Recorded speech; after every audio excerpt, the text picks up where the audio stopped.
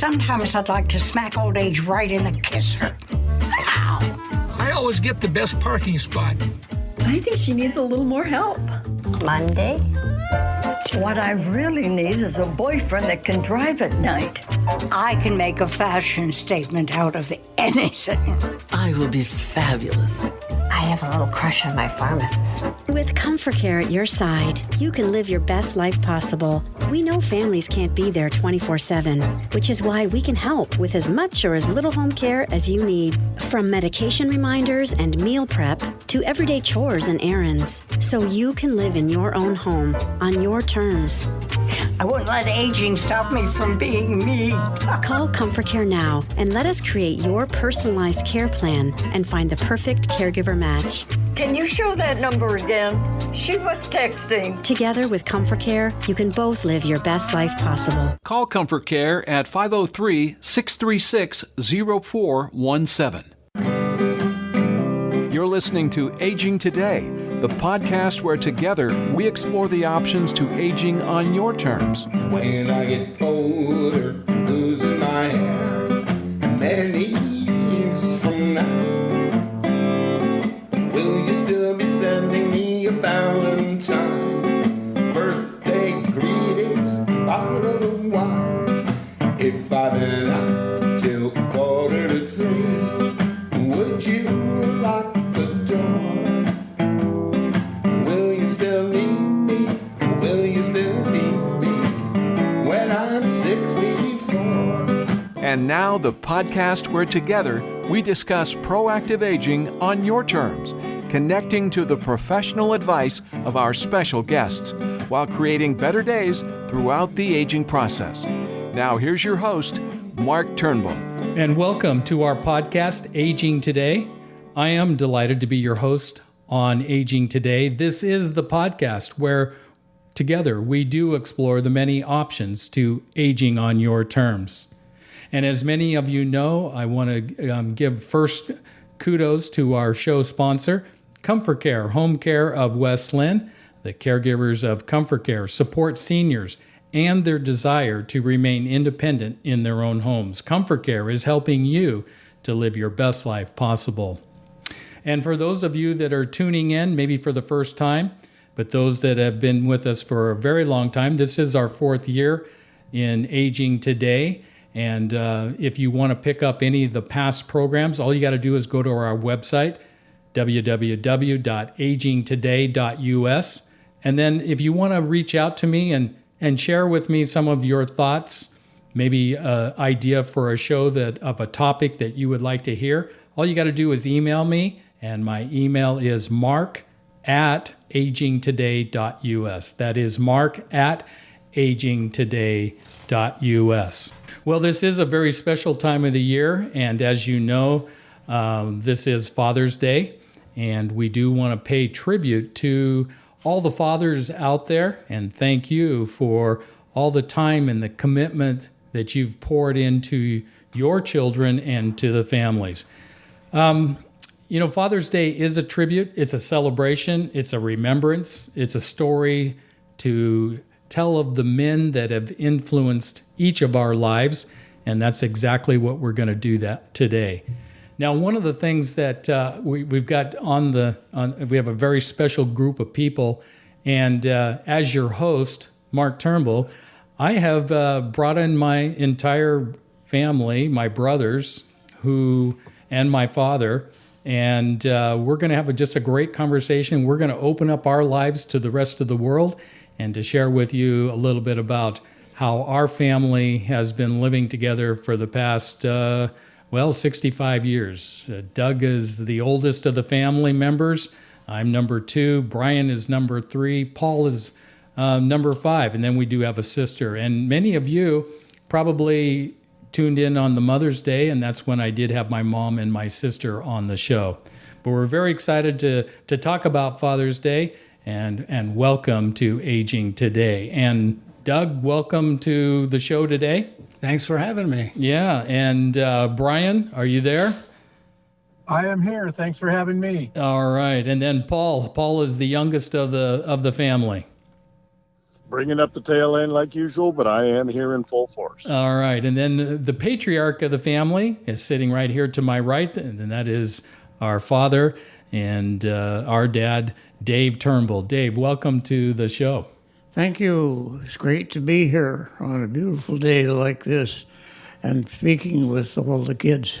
Yeah. So we're going to go down a journey. We're going to go and we're going to tell our story. And many of you know, as you've been tuning in to Aging Today for the past 4 years, that we love telling stories. And our lives are all a story.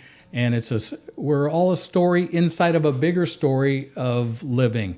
And the stories tend to nourish us. That's one of the beauties of stories. I hope our story will nourish our listening audience. And then also, stories shed light on lives. And we hope that as we tell each of us how we grew up under our Father's guidance, that you will also be able to pick up on some of the stories and shed light on your lives as well. Well, Father's Day goes back 100 years. They're celebrating 100 years worth of Father's Day, and it started just after the Civil War in the early 1900s, and a young woman out of Spokane, Washington, decided she wanted to honor her father, and so they started putting together Father's Day, and it didn't really take effect until, probably around the mid of the century, back in the 1950s, when the Father's Day became a national holiday, and we begin to continue to celebrate that. But I'm going to start out with my dad and have him tell a little bit about his story. Dad, you were born in 1929, that's a long time ago. Yeah, it was a couple of years ago. Yes, but they've been good years and bad, but 99.9% good.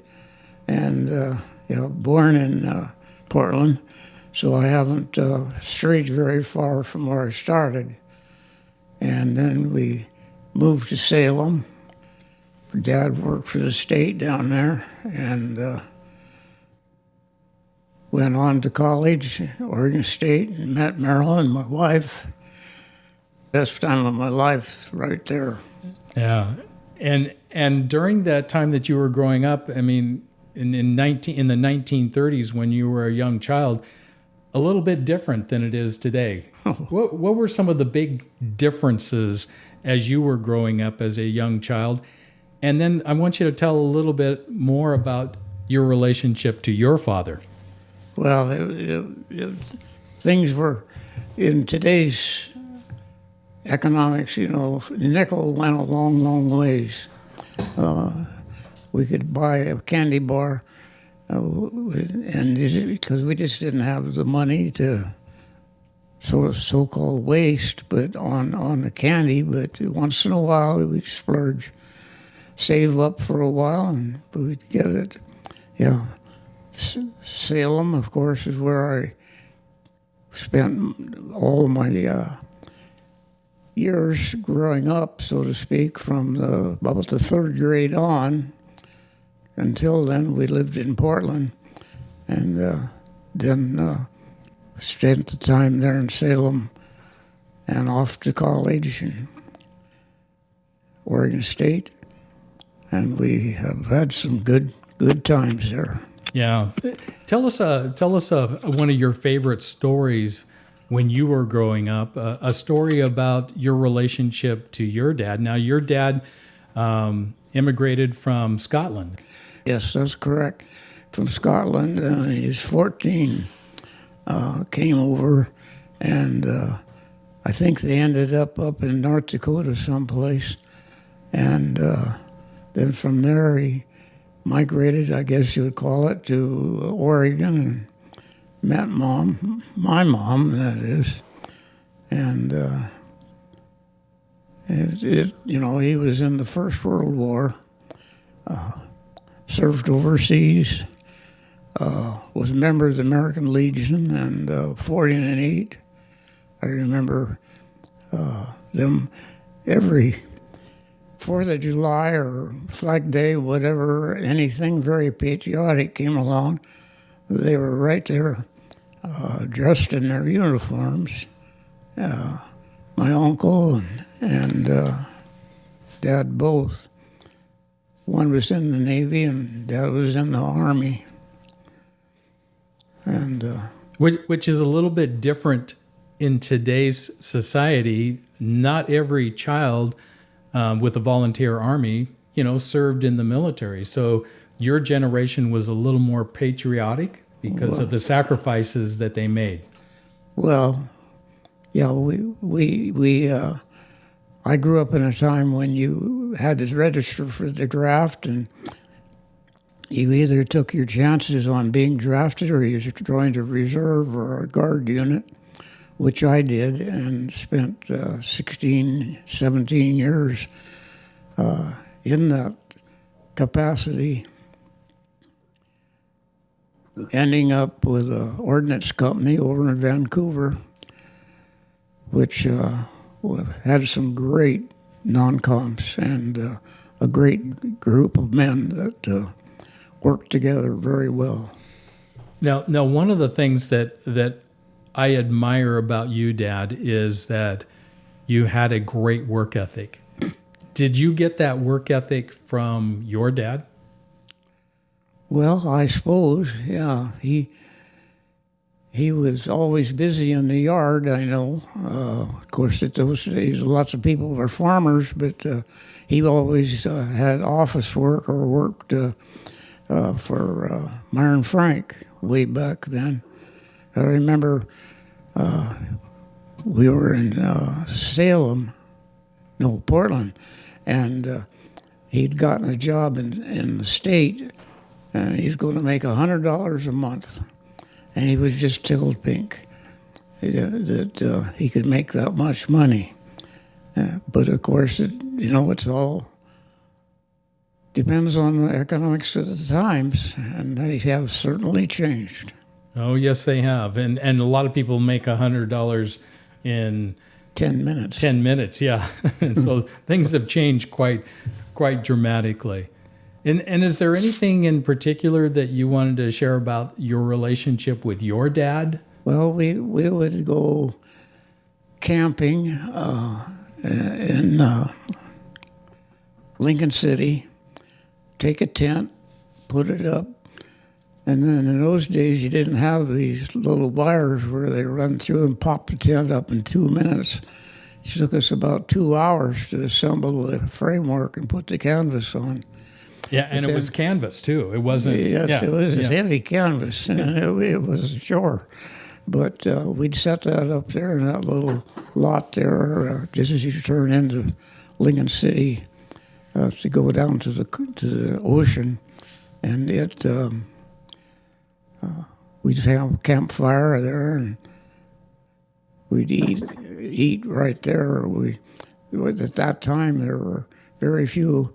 There had to be some restaurants, I'm sure, but we never saw that. Yeah, because we just didn't have that kind of money. Yeah, so you spent time camping with your dad, and back in those early days, it's a little bit different. People, I can't imagine that many people in the 1930s and 40s camping, because life was a little more rugged just in general. Yeah, right. Yeah. No, there wasn't a lot. That's for very sure. Yeah. It was. I remember we'd save up ration coupons for the gasoline to get to the coast. Yeah. And so you made good use of every ounce of gasoline that you could get points for. Yeah, and I remember growing up, and I know my brothers probably do as well, and that is that Grandma and Grandpa Turnbull were great outdoorsmen, and they loved to garden. In fact, wasn't your mom and your dad, weren't they involved with master gardeners or something like that down in Salem? Well, yeah, they were all in garden clubs, yeah. Yeah. And Salem had quite a few. And I suspect they still do, I hope. Yeah. Yeah, that was quite a time. Yeah, yeah. And I think that, that spillover of camping and being outdoors later came into play. And where we're going to go with this is, as you built your great memories, you passed that on to the next generation, to myself and to my brothers and my sister, and gave us the opportunity to do a lot of camping. And we're going to tell a few stories about camping, but camping for us was more on the little North Fork of the Santiam, and we're going to get into that in just a minute here. Yeah. Yeah. So one of the things that I want to discuss with my brothers, and every family has these, are memories. The memories of growing up under the tutelage of your father, and the influence that your dad has upon your life. And that's that gift of memories. And so I wanted to, and we're going to go right down the line here, and let's start with Doug. Doug's the oldest of us, 4 boys. And Doug, welcome to Aging Today. No, thank you. So tell us a little bit about your favorite memories growing up with Dad, and one of the things that you really enjoyed, or some of the characteristics or the value systems that you take away. Well, that's a mouthful right there. Yeah. I guess the gist of it would be that we were always ready to rock and roll, get things going, just depending on what it was. But as I recall, back in the late high school days, I started riding horses and showing, and things were cooking along. But it was it was actually junior high type. I couldn't drive by myself yet, but we'd have to take the horse out, and I'd drive, but I had to have Dad there go with me, and that was always a show, trying to get to the events that we were attending, I was attending to. And Dad, with his experience, I remember, taught you how to drive the truck and back up a trailer, and what a great learning experience that must have been for you. Oh yeah, it didn't take me long. I think it was inherited or something. I think so. I could back up that trailer just as fast as I could go forward, so there was no problem there. Yeah. Tight corners, you name it. Yeah. Well, our family comes from a long lineage of people that worked out in the woods and worked around heavy machinery, and that was no different for all of us. And you were, as a young boy growing up, right behind you at your heels, you were the one that was the most mechanical of all of us. Yeah, I could take a lawnmower apart and figure out what was wrong with it, and then put it back together and get busy with the grass. Yeah, yeah. And then, Brian, how about you? What are, just to start things out, this is Brian Turnbull, and Brian, tell us, our listening audience, where you live now, and tell us one of your favorite stories or memories of growing up with Dad. Well, I think mainly it was going down to Loon Lake in Central Oregon, on the coast down by Reedsport, and going to Loon Lake and camping and going water skiing and boating, and the time that it took and the energy and the effort that it took to get there and back were probably some of my better memories of, learning how to use an axe. Dad taught us how to use them and how to split wood properly and make short of a fire. And the experience of just having the wherefore how to get a boat and a trailer and camping and doing all that and going water skiing on the lake. That was probably one of the best memories of my recent memory. Yeah, I would. Yeah, I would totally agree with you, Brian. And the reason why is because I don't think people appreciate or can understand. Here's our dad and mom, 5 children, and Dad was a school teacher. So, salaries weren't, they didn't have a lot of money, and try to raise 5 kids and then to navigate and create all of those memories for us as we grew up, and they didn't stop. And one of the things that you were talking about there was all our trips down to Loon Lake, and Dad bought a boat, and that was a big 19-foot Glastron with 2 engines that were just monsters, and you hauled all 7 of us down to Loon Lake to go water skiing and camping. Yeah, and that was quite an endeavor, really. In one car to put all the gear and the equipment that everybody needed to have their own things, their clothing and whatnot, and the skis. And of course, we had to share the skis, but that was okay. Yeah, we all had a good time, and that was the main concept.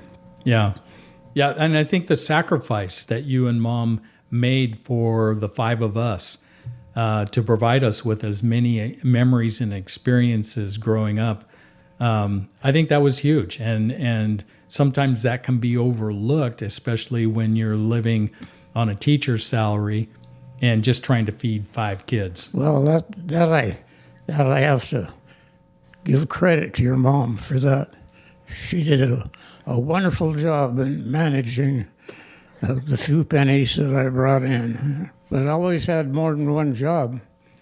Always, sometimes after school, during the week, I'd have another job, and definitely in the summertime, being in the reserve helped quite a bit on some buying some food or clothing, whatever might be necessary.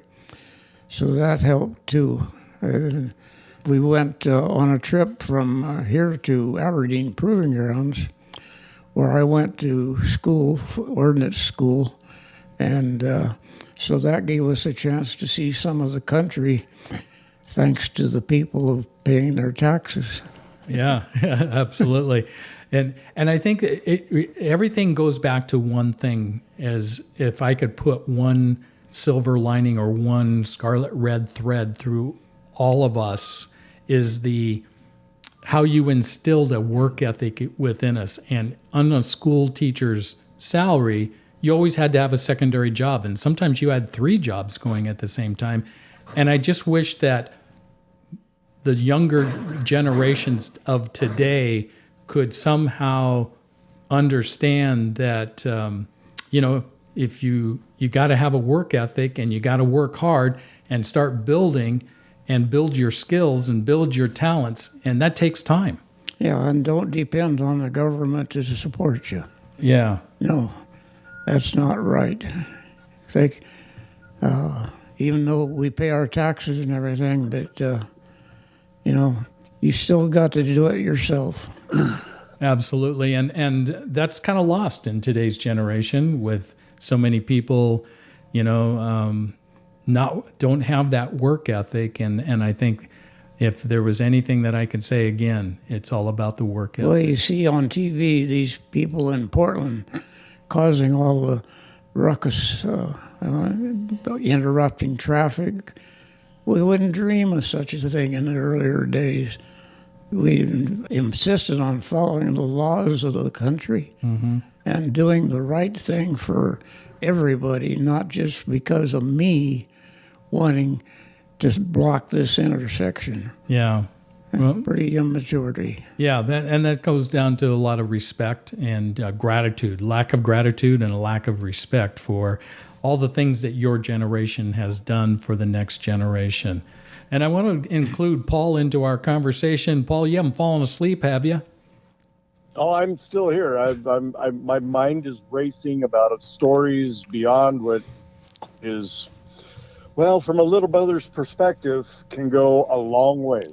All right. Well, you've got the mic now, so go ahead and tell one of your favorite stories about growing up under your dad. Oh, my gosh. So, yeah. So looking at my dad and looking at the past years, what I really appreciate about my dad, what I really love about my dad is his work ethic and how he taught me and taught And I watched as a little brother all these values being instilled as a family. And I look at from a younger generation and how the influence of the younger generation has separated itself from the family. I've always reflected back on how strong Dad's family influence was so powerful, and it kept us together. And growing up, I was always impressionable from my big brothers, and I was picked on, and I was picked on by a lot, but Dad was always there. No matter what, family was first. And yeah, he let me learn my lessons, which a dad should do, because I've learned that being a dad myself. But Dad was always there with strong love, strong support, and amazing values. Now, as I grew up in the influence of the 80s. That work ethic, we would work on the farm. I got those work ethics. I got those fatherly values, and I got bored. So I played sports. And I would actually laugh because I'd go out in the sports field and everybody else was puking and sweating. And what we did was we worked on the farm. We harvested Christmas trees. We cut grass. We hauled hay. We did a lot of work. And that's what carries over. And Doug talks about back in the trailer. Well, that was all values that we gained over the years, but we don't have anymore. And so now I look at back, the best value Dad taught was, well, being a dad. We'd go up to the Sandy Am, like he spoke, and I can still remember. And as a child, the most memorable times of being a child are when, for example, Dad and I were on the Sandy Am, and he took Grandpa's old bamboo rod and threw out a fly, and we caught a trout, and that hooked me. Not only the trout, it hooked me. You caught more leaves off the tree than you did fish, though. Well, you have to explain now to our listening audience. So there's a little North Fork of the Sandy Am River, and beautiful place. Beautiful setting. And Dad put a trailer on there. It was a 30-foot trailer, 8-10 feet wide, whatever those are. And that's how we would camp. And this was open range, so there was cows running all over the place. And what great memories for us as children. Well, right in front of the property was this little fishing hole, but there was a tree that was hanging down the branches. And of course, us kids, we were always constantly casting. And then I think, Dad, you spent most of your time trying to take the hooks out of the tree. Yeah, that took a lot of time. That's true.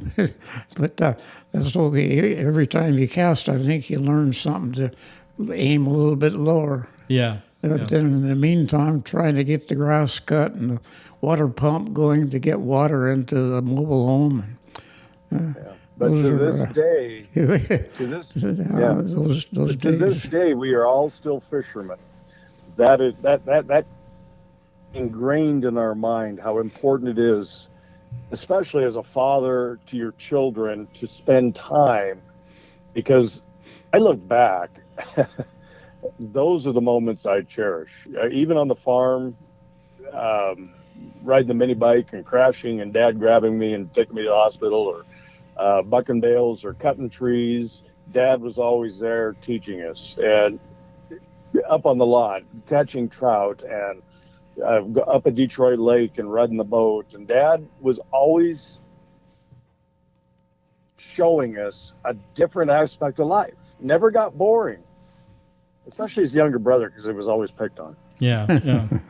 Well, and I think of one of the strongest attributes that Dad had instilled in all of us was work ethic. And of all the brothers, the one person that I think has the strongest work ethic, and I mean, we all have a strong work ethic, but the one that really stands out and the one that just impresses me on how hard he works, and that is Brian. Brian, you are, in essence, the spitting image of your dad, and how hard you work and diligently you work. You're amazing. And that reflection not only is between you and Dad, but it's also between you and your son, Matthew. And the three of you guys epitomize work ethic. True. The work ethic that I've been instilled with Dad is something that I've prided myself on through a lot of different jobs, as well as my family and son. And that's one thing that I pride myself on, as far as knowing that when I start a job, it's going to get done to the best of my ability and the best of my knowledge, and due diligence to make sure that it gets done properly. Yeah. If it's worth doing, do it right. Yeah, and I think that maybe in our listening audience, the people are going, well, that doesn't sound like a lot of fun, a lot of work. Well, I think that you can make work play, and you make work something that you're instilling in your children so that they carry those values on into the future and into the next generation. And that's what made this country so great, was the work ethic to want to build. Right, and there's always the play factor afterward, that the reward is going to play or do something fun, so that you have that little carrot out there to be able to do something fun rather than just work all the time. Mm-hmm. And we did both. Yeah, we did both. And going back to, going up to the Little North Fork of the Santiam River, those were great memories of, it was a free-for-all. I mean, I can remember Doug and I, trotting off 6 a.m. at the crack of dawn to go to the fishing hole. And we would, Mom, Dad didn't go with us. Those were special times. Wouldn't you agree, Doug? Oh, yeah. We were just completely oblivious to all the dangers, but we just went right out there and did them. Yeah. Danger? Paid no attention. There were no dangers on the Santiam except falling off my rubber raft. Oh, no, you didn't go where I went. I was going to say, up in the woods there were a few. But that was the thing, is Dad let us go and grow up. Yeah. And that's what you as a dad, you let your kids grow up.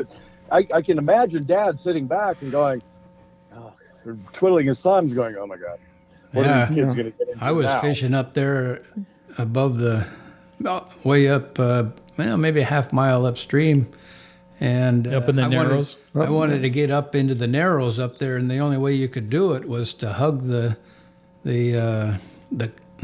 sheer rock cliff walls there. Yeah.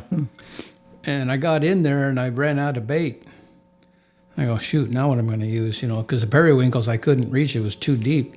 I mean, the first step was 10 feet. So anyway, I backed out of there and found some snowberries on the side of the bank there that were growing. So I grabbed some of them and flinged them up inside that narrows, which was probably 20, 30 feet deep, It's where all the salmon were hiding up in there. So I flinged a snowberry up there, and I caught a nice 12-inch trout right off the bat. Yeah. And on a snowberry. Yeah, on snowberries. On a snowberry. And that was something that you created out of nothing. You didn't, needed a helicopter parent hovering over you. You did it. You created it. Yeah. Oh, yeah. And how cool is that our dad made that possible just by getting us exposed to that type of experience and then letting us go, giving us reins. Just get out and do it. Yeah. And figure it out. That's probably the best statement of Dad's life, is get out and do it. Yeah. And figure it out. You don't need an instruction manual. You don't need me hovering over you. And that, think of what that did to all of us. It gave us the confidence to live our lives in a security, and it gave us confidence to live life and to try things. I mean, I look at my life and I'm going, I love trailblazing. I love being an entrepreneur. And essentially that's what you were saying, Doug, is that you were an entrepreneur at a very young age. You had to figure it out how to get that fish on the hook, and you ran out of bait. So you came up with a solution. Yeah. Oh, yeah. Yeah. And then how much did we do that? So for those in our listening audience, we had a Christmas tree farm in Forest Grove, and that Christmas tree farm was many weekends of labor and learning how to work in the mud and the rain and the sleet and the snow and all that thing, and running heavy equipment and tractors. And we just got out and did it. And how that, Brian, has contributed to your life and what you do working in Richland, Washington, and being an electrician. I mean, that was a tremendous learning ground for you, wasn't it? Oh, yeah, absolutely. It was the essence of my career as far as knowing how to work, how fast to work, pace yourself, be courteous of others, and the whole bit as far as work ethic and the understanding that there's an end product to everything. Yeah, you got frustrated. Yeah, you got upset. But you know what? A mud fight in the field felt good once in a while. Yeah. Yeah. And I think the other thing too is that what goes along with that work ethic is, that things just aren't handed to you on a silver platter, that you Right. definitely got to work.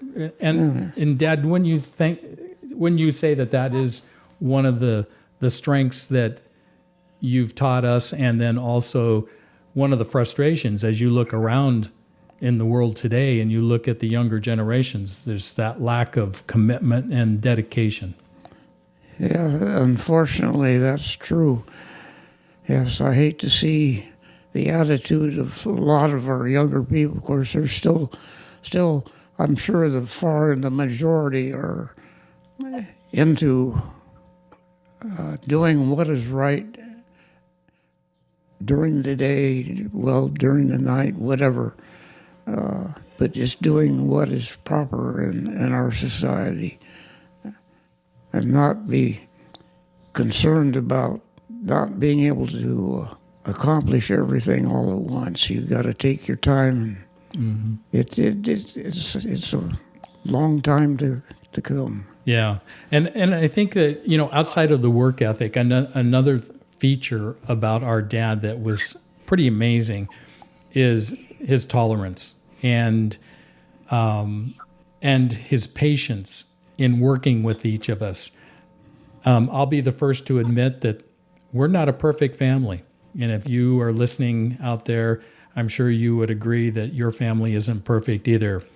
And I guess one thing I could say to everybody is if you find that perfect family, don't join it, because it won't be perfect anymore. We're all imperfect people. So but one of the things that I go back to is that we all had our struggles. We all had those moments in our lives where, we probably always didn't make the right decisions. We always didn't do the right thing. But the one thing that all of us had was a mom and a dad that stood beside us. And even if they were disappointed, they still supported us, still loved us. And Dad, I just want you to say, I want you to know how thankful I am for your steadfastness in your love and commitment to your children. Well, to me, thank you. But to me, that's normal. That's the way it should be. You shouldn't have to have a reward. Just be there and do what is correct. Yeah, absolutely. Go to Paul. Paul, I know you got a ton of stories. You're like me. We could talk all day long. Well, as the black sheep of the family, Dad was always there. Mm-hmm. I had a lot of trials and tribulations along the way, as everybody knows. I always veered away from the ethics that Dad taught, and I always pushed to the limit, and I got in a lot of trouble along the way. But you know what? As a dad, I've never seen a deeper love. I've never experienced a deeper love than what my dad has shown me and given me over the years. There is no end. There is no limit to the giving and the depth of love you should give your kids, because I was pretty much over the edge for a lot of years, and Dad never wavered. He was always there and had my back. Yeah. In other words, if you've experienced war, there's nobody else you want in your foxhole. If you've experienced business, there's nobody else you want as a partner. If you've experienced love, there's nobody else you want as a dad. That's good. That's all I got to say. Amen to that. That's called grace. Getting something that we don't deserve. And, with all the struggles and the challenges that we have as human beings, the one gift that we can give back is to walk beside those that are kind of down and out. And Dad, you've always exemplified that. And thank you for that. Well, just doing what should be done. All right. Let me finish up with this. Is there, when looking over your life, Dad, is there a legacy that you want to make sure that you would want to pass on to your children and to your grandchildren and to your great-grandchildren? Is there anything in particular of a legacy that you want to make sure that is carried forward? Well, of course, we keep coming back, or at least I do, coming back to the strong work ethic, to get in and do and not put off, not depend on somebody else all the time. There are times when you need help, there's no question. But majority of the time, do it yourself. Mm-hmm. Oh, the rugged individualism. Yeah. When you say the rugged, what do you mean by that? Well, everybody today is all about collective equality, which is destroying and, they just want to get rid of individualism. Mm-hmm. One of the isms that shouldn't be gotten rid of. Yeah. That's it. Yeah, that personal identity, that personal responsibility to take care of yourself. Right. And I think that's something that you and Mom have instilled within all of us. And I hope that our generations will pick up on, the younger generations will pick up on that as well. Brian, is there anything from your perspective in terms of a legacy that you are going to carry forward from your dad, and then the legacy that you want to pass on to your children? Well, the legacy that I want to pass on is a good work ethic, and I think that was instilled into me by my father, who I love and cherish very much. And he's instilled into me the work ethic that I need to succeed in life, which I have. So that's been great. And I hope my children can get past that too. Yeah, you've all done well. Yeah. And then, Paul, how about you? I'm going to take this opportunity to say to everybody, every child out there, every son, even every daughter, take this opportunity and call your dad no matter what the situation. Tell him you love him. Tell him you appreciate him, and say thank you and happy Father's Day. Thank you. Amen. Amen. And Doug, I'm going to wind up with you. Is there anything that you want to carry on as a legacy from your father to your children? Keep that stiff upper lip. And do you want to expound on that a little more? I think it's pretty self-explanatory. When you find yourself down, oh yeah, keep pressing on. Yep, exactly. There's no other way to go forth. Absolutely. I would tend to agree with that. And with that, we're going to conclude our show. And I just want to say to all of my brothers, Paul, thank you for taking the time out of your day. Brian, thank you for taking the time out of your day. And Doug, I appreciate the time that you've taken. And also to Mark for taking the time and having the facility to do this. This we really appreciate. It's my pleasure. And as a little brother, you're ugly and your mother dresses you funny. So there you go. All right. Well, and I do want to say thank you to all of you once again. And this has been a lot of fun. We have a great family. To be able to share this, our family, with the world is a very special thing to do. And I hope that from today's show that others that are listening, if you didn't grow up in a family just quite as amazing as our family, that you have that opportunity to set the record straight and to start over again. And you can make a difference in this world and in the lives of your children. And reach out to your children. Reach out to your dads and tell them how much you love them. So once again, thank you all for being on today's show. Thank you. Happy Father's Day to everybody. This is Mark Turnbull, your host. Thank you for tuning in to Aging Today, the podcast where together we do explore the options of aging on your terms. Join us again next week for another lively discussion on aging today.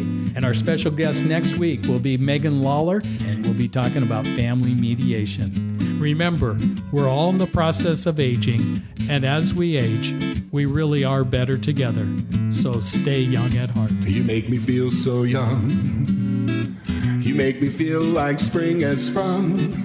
And every time I see your face, I'm such a happy individual. The moment that you speak, I want to go play hide and seek. I want to go and bounce the moon just like a toy balloon. Well, you and I are just like a couple of tots running across the meadow, picking up lots of forget-me-nots. So you made me feel so young. You made me feel there are songs to be sung, bells to be rung, and a wonderful fling to be fun. And even when I'm old and gray. You've been listening to Aging Today, where together we explore the options to aging on your terms. Join Mark and his guest next week for another lively discussion on proactively aging on your terms, connecting you to the professional advice of his special guests, with the goal of creating better days throughout the aging process. Your host has been Mark Turnbull. Join Mark and his guests every week on Aging Today, your podcast to exploring your options for aging on your terms. And even when I'm old and gray, you make me feel the way I feel today. 'Cause you make me feel so. You make me feel so. You make me feel so young. So young. You make me feel so young. You make me feel so young.